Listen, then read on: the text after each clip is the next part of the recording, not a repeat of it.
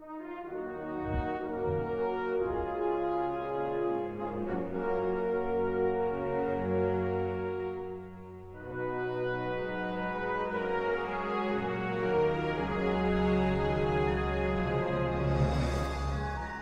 so it's time for me to confront you all with what I'm sure will be a very hard truth to swallow. I've never been the biggest Uncharted fan. Oh, I've never disliked them, but I've always found the writing to be a touch mediocre, the gameplay a little uninventive, and the shooting to be downright unpleasant. In fact, up until The Last of Us, I never held Naughty Dog in any sort of high regard. But The Last of Us sealed the deal for me. It convinced so many of us that these guys knew what they were doing from the start, and it was part refinement of their technique, part waiting for the tech to catch up that was needed to make a truly engaging experience. So was that just a one-off? Have Naughty Dog managed to follow one of my favourite games of all time with something anywhere near as intoxicatingly wonderful and mechanically sound? In short, yes. Kind of. Now, before I go on, I have to state that despite the fact I have negative things to say about the game, I still think it's an incredibly solid experience that's absolutely worth any gamer's time. I'm not saying this to defend myself against the hordes of childish Naughty Dog elitists who take any criticism of the game as a personal slight. No, I'm saying this because as a genuine fan of something, I'm always going to pick up on its imperfections, and that is quite simply the case here. That is all. So, let's get the really important stuff out the way first, shall we? Yes, this game looks incredible. Like one of the best games I've ever seen, sort of incredible. The texture work makes for some of the most realistic character models and frankly breathtaking vistas you're likely to see for quite a while, and the lighting engine is impeccable. This is of course held together by what is certainly the best motion capture video game money can buy right now. I'm serious guys, this stuff is immeasurably cool. Now we all know graphics really aren't everything, but there's no denying that when you can see the subtlest of expression changes on a character's face, it helps untold amounts with immersion and character development. General animation quality is above and beyond as well, from Nathan's idle animations to the way he scrambles to keep hold of a crumbling rock face. The variety and sheer level of detail is astounding. There's still moments that slightly break the immersion up.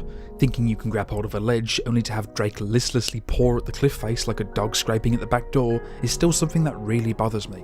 There'll be moments when you drop less than 6 feet onto a piece of dead game space, whereupon he'll die in what still makes for some of the most comical death animations ever. And let's not forget his fetish for stroking walls, something I hadn't really noticed until my girlfriend noted just how often it actually occurs. Seriously, try on noticing that now. But generally speaking, the graphical style and general animation quality will by all accounts be the new benchmark in the industry. So what about what is arguably the most important feature of any game? The gameplay. This was a point of contention for a lot of people in previous entries. Most thought it was fine, some thought it was shit, including myself. Even up until the third entry, the gunplay felt subpar with zero weight to it, and the cover system was average at best.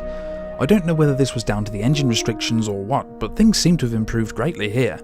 The shooting no longer feels quite so floaty. It's not as deliberately immediate as The Last of Us, and it still feels sort of arcadey in comparison, but that carries with it its own set of merits. The cover system has been improved too. They seem to want to stick to the roots of the series, forcing the player to manoeuvre around combat arenas for optimal cover and flanking positions, but it's vastly more fluid than it was in previous entries. Melee no longer feels like you're hitting people with fists made of wet tissue paper either. This is something that's definitely been lifted straight from The Last of Us. Whilst not quite as gritty and blood-fueled, it's still very satisfying to get up close and throw some haymakers about. Certain areas towards the middle and late game make use of the grappling hook during combat as well. Its implementation is incredibly satisfying and very easy to use. Want to outflank an approaching group of enemy soldiers with your shotgun? It's as easy as pressing L1, swinging around platforms, landing on the first chap, breaking his neck instantly and then filling the rest full of lead. Bliss. It reminds me a lot of the skyhook mechanic in Bioshock Infinite. However, there is one thing that not so much bugged me, but certainly became one of my least favourite aspects of the game as I started to reach the end. In fact, it's something that's always bothered me throughout the entire series: the climbing. Whilst Naughty Dog have done everything in their power to make it feel more refined, it's still nevertheless one of the most laborious aspects of the series' design. I'd say at least 60% of the game as a whole is devoted entirely to climbing stuff. This wouldn't be so bad if its implementation was in any way taxing mentally, but it just isn't. It doesn't offer any natural challenge to the player other than find the slightly lighter tinted ledge to grab onto. I just found myself hammering X constantly to speed up the entire process. There are occasionally moments when this mechanic finds its way into some puzzles, and the combination makes for some genuinely engaging and inventive level design. The only other thing that really bothered me about the gameplay is something I feel like I have to mention. Towards the end of the game, I started to pick up on the old Uncharted pattern of 30 minutes of climbing, followed by 10 minutes of shooting, followed by 5 minutes of cutscenes, followed by all of that together for the escape section. It's not really a complaint, I suppose, but the formulaic nature of the game's general structure makes certain story beats very predictable, especially towards the late game. With all this said, however, there are some genuinely stunning set pieces to be had here. Though I can't really say that these exist in every chapter, there are moments when you really feel that the designers sat down to come up with something genuinely very creative. One moment in particular has you climbing a clock tower, a rather bland prospect if you've played any game with a climbing mechanic ever, but here it makes for a seriously captivating experience. Clambering over giant mechanical cogs, timing jumps to grab hold of moving weight systems, getting a little bit dizzy when you realise just how high you are. However preposterously implausible the game often gets in regards to these moments, you're nevertheless left astonished at the sheer ingenuity of them. So now there's just the story. At the risk of sounding like an immeasurably pretentious douchebag, one of the biggest problems I had with the Uncharted series in general was the writing. I mostly found it a touch too, I can't believe I'm saying this, puerile? Now I get that this was the point. In essence, Uncharted has always been the playable version of Indiana Jones, and whilst there were some serious moments to be had, they were just too few and far between for me to feel totally engaged with the character progression in general. Particularly Drake. I just saw him as a somewhat charming asshole thief bellend with no real character outside of his lust for other people's shinies. But it worked because the games were themselves utterly ludicrous. Well, most of the time at least. In this game, however, Naughty Dog showcased their prowess for writing with the finesse and style so many have come to love them for. The opening 2 hours are undoubtedly going to make their way into many of the top 10 best openings in video game history lists for years to come, and there's a reason for that. The opening seemingly sets up the tone of the game perfectly, telling us that certain events in Drake's past have finally caught up with him. He's now retired from the treasure hunting game and is just trying to be a normal guy to the best of his abilities. The quality of the writing is superb for the most part, the characters exchanging incredibly relaxed and natural sounding dialogue throughout. The entire cast bring their A game, and rightly so. Whilst Nolan North and the rest of the returning cast members are excellent as ever, it's new character Sam, played by Troy Baker, that impressed me most of all. Mr. Baker has of course demonstrated his immeasurable talent for diversity in the past, and the change from the gruff, violent and disturbed Joel to the playfully endearing character of Sam showcases that talent even more. The story itself has quite a nice arc to it, taking the player on a mostly jolly romp chasing down some shiny stuff. I'm hesitant to say more than this for fear of spoilers, so I won't. Needless to say that the treasure hunting narrative is a serviceable vessel for what is essentially a story revolving around character development. Oh, don't worry, it's not got totally serious. There's still plenty of moments where you'll have to suspend your sense of disbelief to breaking point, but this does very much feel like Naughty Dog's swan song to the series and its characters. However, I felt the tone overall was never really that consistent. If a little all over the place, the start of the game is a genuinely captivating few hours. It does a great job of setting the mood for what you think is to come. However, as the game progresses, it seems to forget its initial startup tone and reverts back to the old "fuck yeah, treasure and killing" mentality. Of course, this is arguably the point, Drake slipping back into the old habits, making some meta comments about the unchanging state of the self, but when you've spent 6 hours killing and looting, certain abrupt story beats where you're asked to remember that Drake was trying to rehabilitate himself become really hard to swallow. Not meaning to get all wanky here, but you could argue this comes down to the problem the series has always had with regards to ludonarrative dissonance, a term used to describe a game whose gameplay clashes with its narrative. People have often used this phrase when referring specifically to Drake.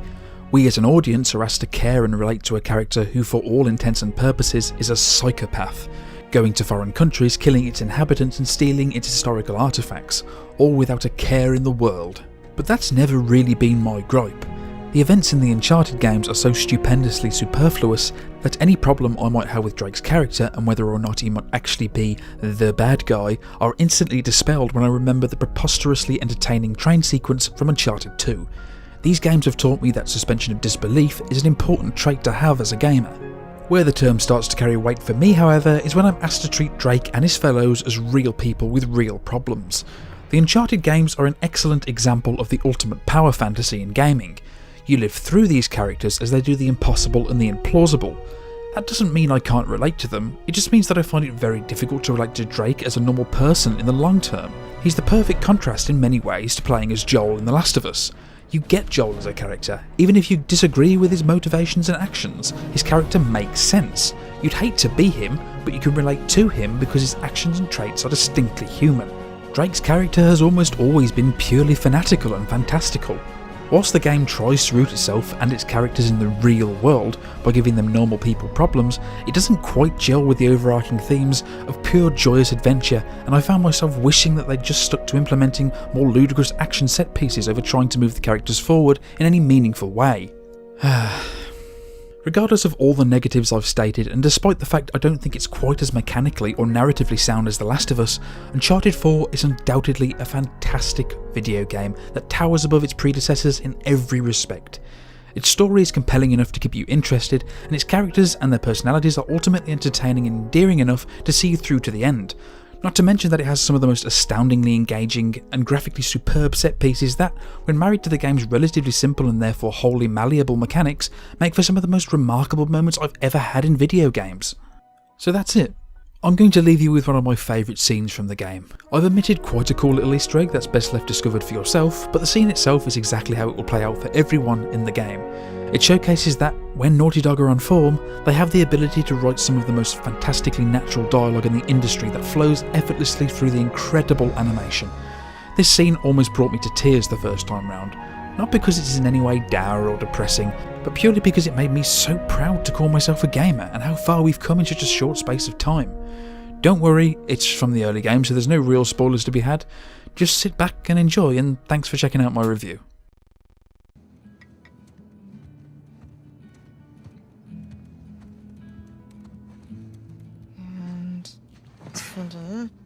Done. Okay. Oh. Finish it? Yeah. Oh. You know, it's probably too long and full of typos, but that's what editors are for, right? God, I'm starving. It looks good. Mm-hmm. So, how was your day? What? Hmm? Got none of that. Oh, sorry. I'm sorry. How was your day? Oh, it was fine. Mm-hmm. Typical day in paradise. Mm-hmm. I got to pull a bunch of garbage out of a river. Mm. Yes. At least you got to go for a swim. Did you find any exciting garbage? Oh, some brilliant stuff. It was a early 21st century truck we got. Apparently the natives called it a semi. Oh, dear Lord. So, boring stuff. Tell me about the article. Well, it started out as this fluff piece about tourism in Bangkok, but I don't think the magazine is going to like the angle that I'm taking because everyone immediately commented about how rude the smog was, that it was like shock to the lungs, like the second that you got off the plane. So kind of took this U-turn in this elegy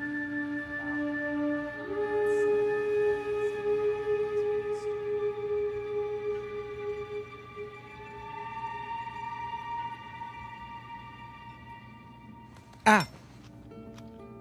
What? Where are you? I'm in here being stabbed with a fork. Oh, really? What? Just keep going. It was interesting. Oh, Yeah. interesting. What's my article about?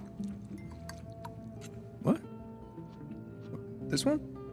Mm-hmm.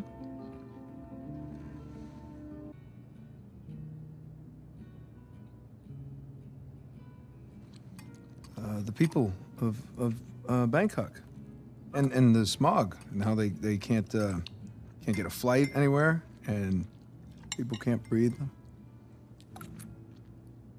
Wow. All right, I'm sorry. No, it was valiant. It I was in the really ballpark, right? in a different state, but yeah, you were in a ballpark. Jameson asked you about that Malaysia job again. Jameson always asks me about the Malaysia job. Look, Nate, I really think that you should take it. You know what? I don't want it. Really.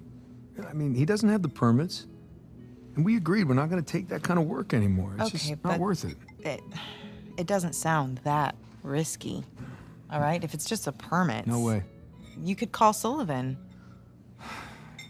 You haven't seen him in, Elena, what, 2 years? Look, could we please drop this? Okay, I just don't want you to not take it because of me. I'm not taking it because of me, okay? I appreciate the gesture. It's just...